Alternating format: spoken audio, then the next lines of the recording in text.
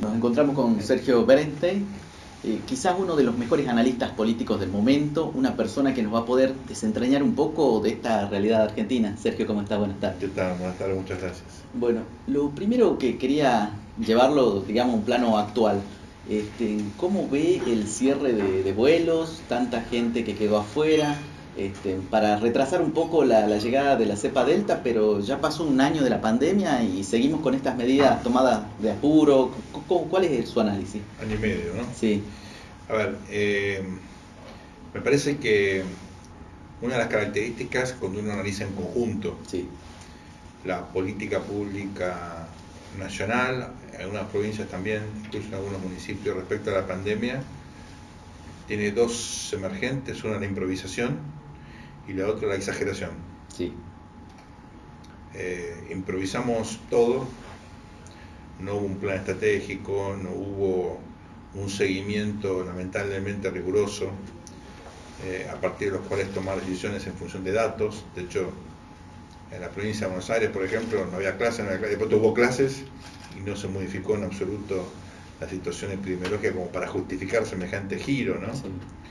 Son todas cuestiones políticas, encuestas, miedo a perder votos.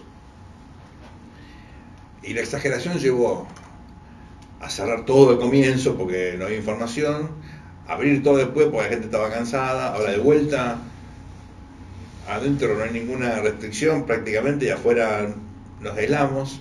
Yo digo, ¿hay reglas claras o, digamos, aprendizajes ya consolidados en el mundo? No. Y muchos países, incluso mucho más serios, rigurosos, desarrollados que Argentina, Australia, por ejemplo, también tienen problemas. Pero en este caso en particular creo que es una medida absolutamente discrecional, absurda, sin ningún criterio lógico. La cepa viene de afuera, como todo. Sí. ¿La cepa va a dejar de venir porque aislemos? No, va a llegar igual. Con lo cual me parece que es ridículo esto. No entiendo el motivo. Se estigmatizan en los parados, como antes se estigmatizaban en los runners. Antes los culpables eran los runners que corrían, Sí. y eran los egoístas que único que pensaban en su bienestar y mataban gente porque salían a correr. Una cosa absurda. Y ahora pasa lo mismo que están afuera. Ahora, en el medio de situaciones escandalosas, gente que primero no tiene la plata, muchos fueron a laburar. Ayer se presentó un habeas corpus que fue elaborado por algunos diputados de la oposición en defensa de un ciudadano argentino que está en Paraguay laburando, le deben una visa, se le vence, no tienen cómo venir, no hay vuelos. ¿Qué hace? ¿Qué cosa? Legalmente en Argentina está cerrado el cruce, un delirio. Así que yo creo que ahí, la verdad, entramos en una situación absurda, exagerada, que no tiene sentido y que termina generando problemas donde no lo hay. Tiene un efecto positivo para el gobierno, que se discute esto y no se discute la cantidad de muertos. Estamos llegando a los 100.000 muertos, que es una catástrofe. El gobierno en el medio habilita obviamente las vacunas. Eso quería llegar, digamos, bueno, dentro de las incoherencias, antes no Pfizer, no esto, no aquello, nos ponen esto, nos piden aquello. Nos pedían los glaciares. Nos pedían los glaciares. Absurdo, y ahora vamos con que, bueno, por decreto vamos a... No sé. ¿Por qué por decreto? Se discutía ayer en el Congreso Sí. una modificación del artículo de la ley original, ya lo hacen por decreto. ¿Por qué ahora? El jefe de gabinete dice porque aprendimos. Tardaste 100.000 muertos en darte cuenta que había que cambiar. Recién ahora aprendés. Así como no había justificación para volver a las clases presenciales en las escuelas de la provincia de Buenos Aires, no en todas, hay todavía lugares donde no hay, pues se ocurre a los intendentes, no hay clase, Sí. o al gremio, a los gremios, tampoco es justificativo para hacer esto ahora. Así que yo estoy de acuerdo con que obviamente tenemos que tener desde un comienzo, Pfizer, todo, mucho, y vacunar rápido. ¿Acaso ahora que tenemos más vacunas, vacunamos más rápido? No. ¿Por qué? Porque hay casi 5 millones de stock de vacunas en Argentina que no se aplican. 2 millones en la provincia de Buenos Aires. ¿Qué van a hacer? ¿Campaña con la vacunación? Bueno, tengo malas noticias. En Israel, Netanyahu hizo campaña con la vacunación. Israel fue el más exitoso, el país más exitoso del mundo en vacunar y perdió las elecciones. Quiere decir que es un régimen parlamentario, diferente. Lo que digo es, la velocidad de vacunación no te garantiza votos. Bien. Yendo a lo que es vacunación, en campaña, elecciones, ¿cómo cree que le va a pegar al gobierno nacional la crisis, la pandemia en las elecciones que se vienen? Yo creo que el gobierno tiene una base electoral consolidada, que tal vez es más de Cristina que del gobierno, más el peronismo que en muchos casos apoya, en muchas provincias, que es aproximadamente un tercio de la población, ¿no? Y veo a la oposición con una base bastante similar. Con lo cual, acá hay dos interrogantes. ¿Qué va a pasar con las terceras fuerzas? Si va a haber una fragmentación, qué volumen van a entender. Y qué va a pasar con el votante independiente, el votante medio, el votante autónomo, que no se siente identificado con ninguno de los componentes de la grieta famosa, ¿no? Es muy prematuro para responder a ambas preguntas. Sí. El volumen realmente que puede obtener el Randazo, el peronismo disidente, lo sabremos en las primarias. La fortaleza de la propuesta como están las candidaturas, o sea que en un mes tendremos definiciones más claras aproximadamente. Pero en la práctica creo que esta elección, como pasa siempre, el 18% del electorado que no se siente identificado con ninguna de las dos propuestas. Bueno, hemos tenido una elección con baja participación relativa en Jujuy, sí, el domingo pasado. ¿Pasará lo mismo a nivel nacional? No sabemos, ¿no? Pero hay una apatía significativa. Así que yo creo que en principio tenemos eso, con lo cual la vacunación va a mejorar. El gobierno espera que la vacunación le sirva para justamente seducir al voto independiente. Ahora están preocupados por el voto joven, por eso Cristina salió ayer con este look descontracturado, hablando de un rapero, ¿no? Tratando de llegar a ese electorado. Vamos a ver con qué suerte, ¿no? Pero si lo hace es porque sabe que por ahí que está, no, bueno, primero que le cayó el apoyo en esos segmentos, claro, sí. Sin laburo, sin poder ir a la escuela, sin poder ir a la universidad, y los jóvenes están enojados, obviamente, no puedo salir a bailar, no puedo ir a ningún lado, y ella es muy consciente de eso, ¿no? ¿Cree que estos movimientos que hay en Cambiemos, de Bullrich, Vidal, Larreta, esa grieta que se ve dentro de Cambiemos, va a ser a jugar muy en contra de ellos, le favorece al kirchnerismo? Mirá, es interesante la pregunta, porque es una competencia lógica por el liderazgo. En todos los partidos se da. Algunos creen que es prematura, que se adelantó un poco la pelea del 2023 al 2021, pero en la práctica lo que vemos aquí es una fuerza que presiente que puede hacer una buena elección ahora, que cree que puede, sobre todo de cara al 2021, transformarse en una alternativa al oficialismo, al gobierno, y que fundamentalmente, me parece a mí, tiene en estos tres personajes, bueno, mentores integrantes de una fórmula, ¿no? Sí. Entonces es natural que se jueguen decisiones individuales del poder, que si bien son, insisto, con el concepto, ¿no?, entendibles en un contexto como el actual, al mismo tiempo, con una crisis tan significativa, un agobio por la pandemia, la gente que mira la política y se pregunta, ¿ahora se matan por el poder y a mí me falta todo? Claro. Bueno, un poco aleja a la política de la sociedad. Pero para las elecciones falta mucho. La gente que tiene bronca del gobierno no va a votar por los candidatos oficialistas porque la oposición se esté peleando, va a votar por lo que fuera. Y los que ya odian a la oposición van a decir, mirá cómo se pelean por el poder, como si no hubiese peleas por el poder en el oficialismo todo el tiempo, ¿no? Yo creo que la grieta un poco exagera todo, agranda. Hay un fenómeno tal vez muchas veces de hiper, digamos, confrontación, y hay mucho ruido, fundamentalmente en las redes sociales. Cuando hablas después con la política vive un poco otra realidad, ¿no? Pero en las redes sociales todo parece así, sí, dramático. Todo se magnifica, digamos. Sí, claro. En todo el mundo, no solamente acá, ¿no? Bien. ¿Cómo ve la imagen de Alberto? Y cayó bastante, ¿no? ¿De qué nivel estamos hablando? Bueno, Alberto había llegado a tener 61% de imagen positiva hace 14 meses, abril, mayo del año pasado, cuando la pandemia lo había reposicionado, reinventado, aparecía dialogando con la oposición, todavía tenía cierta credibilidad, como decían, nosotros hicimos una cosa mejor que otros, total, en esa época no se podía comparar, no se comparaba, y no teníamos 100.000 muertos, ¿no? Exacto. Ahora ya no puedo decir lo mismo. Cayó primero a umbrales del 50, después a umbrales del 40, y ya perforó eso también, porque termina desdibujándose por errores propios y por las pujas de poder dentro del oficialismo, sobre todo por la figura de Cristina, naturalmente, ¿no? Y él me parece a mí es una interpretación, mitad datos. Él en un momento se radicaliza para no quedar descolocado frente a Cristina, y al hacerlo pierde el apoyo del votante moderado, que al final dice, ¿para qué Claro. me dijeron que era distinto si es igual? Exacto.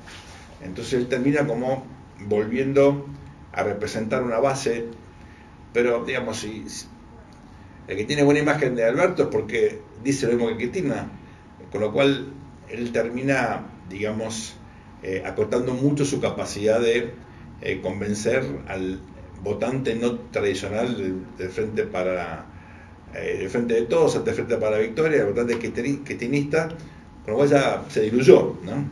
Y más allá de la imagen, es un presidente muy debilitado, que cometió muchos errores de política doméstica, de política internacional, errores narrativos, que tiene una gestión muy deslucida, y que sobre todo ha tenido definiciones insólitas. Dijo, como fracasaron los planes económicos, yo no tengo plan. La verdad que no se sostiene eso, ¿no? Okay. Después, cuando le dicen no tenemos plan, salen sus funcionarios y dicen sí tenemos un plan, pero no les gusta. Bueno, ¿no tenés o tenés? Claro. ¿No? Yo creo que hay incluso algunas decisiones del gobierno que le cuestan un montón a la sociedad argentina. Postergar, por ejemplo, la negociación con el fondo terminó generando la obligación de negociar con el Club de París un puente hasta marzo. ¿Cuánto le costó eso a la Argentina? Bueno, un crédito del 9% anual. Cuando la tasa de interés en el mundo está regalada. Quiere decir que el contribuyente argentino tiene que pagar porque el gobierno quiere postergar el acuerdo con el fondo para no explicitar un ajuste antes de las elecciones. Esas son cosas insostenibles, ¿no? Ahora que habla de ajuste, ¿hasta cuándo se sostiene la economía de este país emitiendo tanto, teniendo tantos planes y no teniendo un proyecto productivo serio, digamos? O sea... A ver, primero, yo soy politólogo, miro la economía, hablo con actores económicos, no soy economista, sí, con lo cual me parece que nadie tiene una fórmula que te permita identificar cuánto esto explota, si es que explota, ¿no? Argentina está en una decadencia de décadas. Desde el año 75 del Rodrigazo en adelante nos quedamos sin moneda, nos quedamos sin confianza. Los argentinos no quieren pesos, quieren otras monedas, dólares, o otra moneda, porque sí. Entonces tenés una década sin creación de empleo privado, de estancamiento absoluto. Tenés más de 3 años de crisis, digamos, cambiaria, desde abril del año 2018. Argentina ahora está con cepos, pero Minería sigue abierta. Pero tuvo mucha suerte porque entre la super soja, en general el precio de los commodities, y los derechos especiales de giro, tuvo un margen de maniobra increíble que hasta hace 7-8 meses era impensable. Eso le permitió postergar justamente estas decisiones hasta después de las elecciones. Mi impresión es que después de las elecciones Argentina no va a defaultear con el fondo, que creo que lo que va a pasar, porque si ya estamos en una situación financiera irregular al máximo con esta categoría de standalone, que es lo peor que puede tener un país en términos de calificación crediticia, bueno, imaginémonos defaulteando con el Fondo Monetario. O sea, un desastre sin precedentes. Pero para firmar con el fondo precisas un plan. Ese plan que el gobierno dice que tiene, nadie le gusta, o que el presidente dice que no tiene, bueno, va a tener que tener un plan, ¿no? Ese plan debería evitar una explosión de la economía. Pero bueno, el tipo de cambio, ¿está atrasado o no el oficial? Y sí, si no lo liberaría. Claro. Lo mantienen ficticio, básicamente para sacar la plata a los productores que exportan, ¿no? Así que... Ficticio, pero por otro lado sigue cobrando impuestos sobre ese mismo dólar. Por eso, encima que es ficticio y lo atrasan, claro, le cobran retenciones. Con lo cual el corazón productivo del país está atado a reglas absurdas, ¿no? Yo creo que vos podés postergar esto sin que explote, pero generas más decadencia, generas más desconfianza y más oportunidades perdidas. Y algo inédito en Argentina es que antes tenía fuga de capitales, por desconfianza en la moneda, por miedo a los gobiernos. Ahora tenés fuga de emprendedores y de capitalistas. O sea, que no es solamente que estás comprometiendo el flujo financiero, sino las oportunidades de desarrollo, de generación de empleo, de generación de riqueza futura. El daño es inconmensurable. El statu quo, la procrastinación, el patear para adelante los problemas, genera un daño increíble en el tejido social. Pero no hay un sentido de urgencia en Argentina. Yo te cuento esto, mira, hay más del 40% de pobreza, una decadencia impresionante, no tenemos moneda, no tenemos crédito. ¿Están haciendo algo? No. Bueno, es raro. Estamos pensando en la próxima elección. ¿Sí? Pues, y el gobierno puede ganar las elecciones y puede sacar 2 votos más que la oposición. Pero, ¿son conscientes del desastre? Sí, pero nadie hace nada, ¿no? Es increíble. Y la oposición tampoco habla de economía.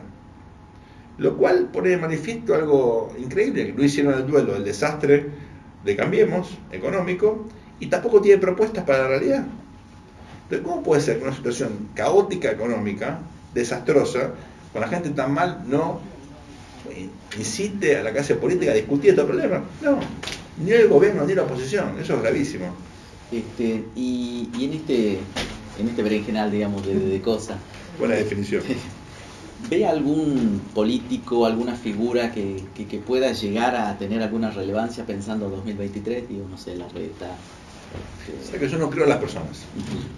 No creo en los liderazgos así carismáticos, en los individuos que cambian. La verdad que no creo en eso. ¿Hace falta liderazgo? Sí. Pero ¿una persona hace la diferencia? Es inevitable la, obviamente, metáfora futbolística. ¿Messi solo hace la diferencia? No tenemos Messi, pero si tuviéramos Messi, claramente Messi no tenemos, pero si lo tuviéramos, tampoco. Pensás un tejido, ¿no? Una generación, un plan, un programa, un programa, algo que involucre la energía de toda la sociedad, ¿no? Estas ideas de bienes fundamentalmente no salvan, existen.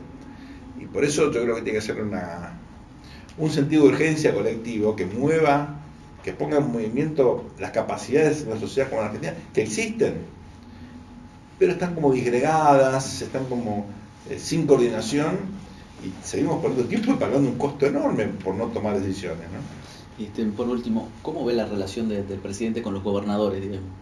Es muy buena pregunta y yo estoy bastante impactado, ¿no? Sí. Porque el presidente se suponía iba a ser el presidente federal y que viaja para tener un reunión de gabinete en las provincias como si eso fuera federalismo, cosa que, como todos sabemos, es un poco simbólico. Ojalá estuviera ratificado luego con políticas realmente federales. Pero, ¿viste alguna discusión para discutir la coparticipación? Ninguna. Nada. Entonces, hay la misma discrecionalidad de siempre en el manejo de recursos fiscales, el mismo centralismo, un número récord de DNU. ¿Qué es un DNU? Y por definición una decisión discrecional del presidente que ignora, ¿no?, la diversidad que tiene el país en materia geográfica, regional. Ahora, ¿qué hacen los gobernadores? Pues se quejan en silencio, en privado, no en público. Y estamos esperando, vamos a esperar y ver, después vemos qué hacemos. Bueno, falta también liderazgo entre los gobernadores, no hay un líder claro, nato, que coordine. No se juntan en Buenos Aires como hacían antes. Una liga de gobernadores, digamos. No existe la liga de gobernadores. No existe. No sé si eso es bueno, regular o malo, pero por lo menos se juntaban y protestaban. Había una posibilidad de ventilar sus demandas. Ahora ni siquiera. Así que a mí me parece que los gobernadores tienen, no solo del oficialismo, en general, no tienen una presencia, por supuesto la tienen en el Congreso, pero no es lo mismo. La figura política de los gobernadores falta.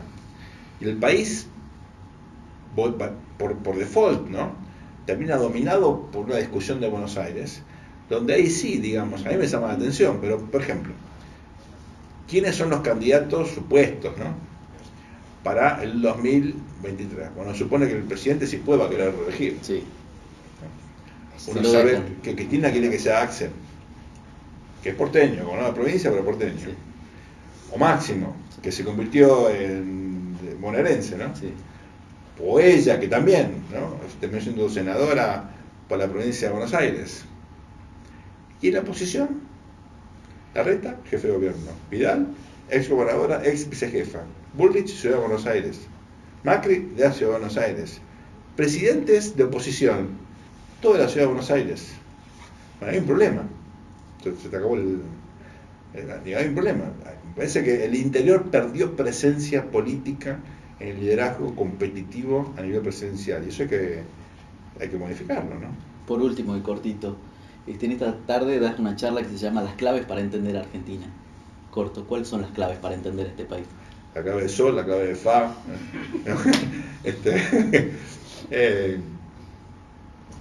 Hay una mirada, primero, de largo plazo, donde uno pone un poquito de perspectiva respecto de esta dinámica argentina, la culpa de fulano.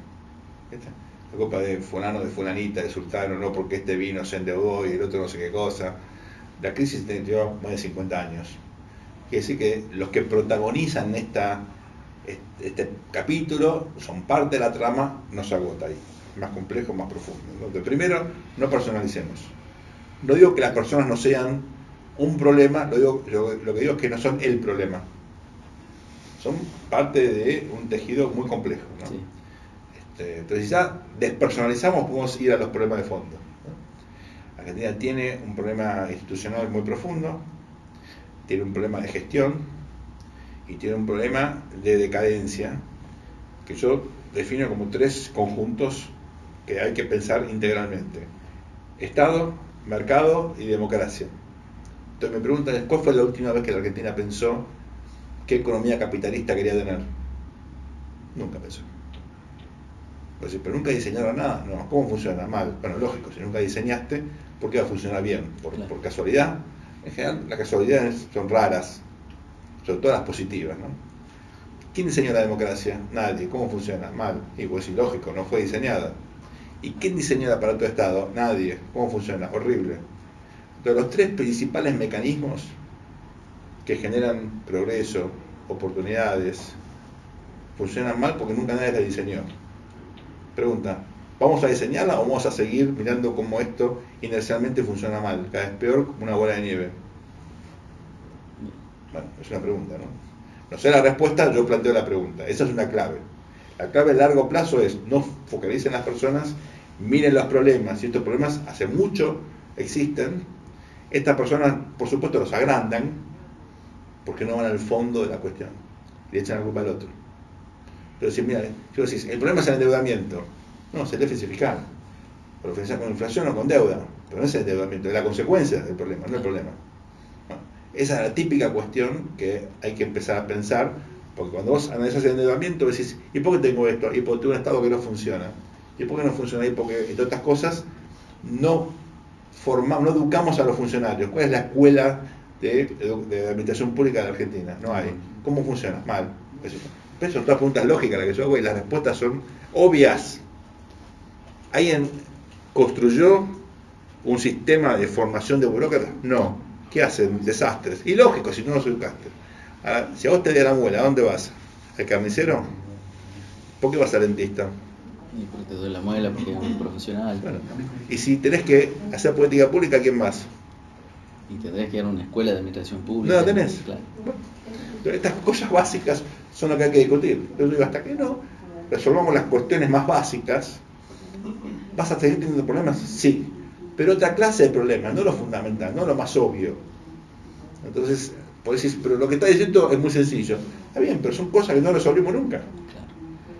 ¿Tú tenés un problema de liderazgo? Sí. ¿Tenés que formar líderes? Por supuesto. ¿Lo estás formando? No. Bueno, entonces, todo esto te hace como una lista de prioridades. Y cuando decís, ¿y fulanito? No, es la quinta derivada del problema. Y sultana también. Porque si vos eliminás a estos personajes, los problemas siguen. Es más, van a ser peores mañana. Entonces hay que ir a los problemas de fondo y olvidarse de las peleas personales. Ese es mi mensaje. Gracias, Sergio. No, un placer.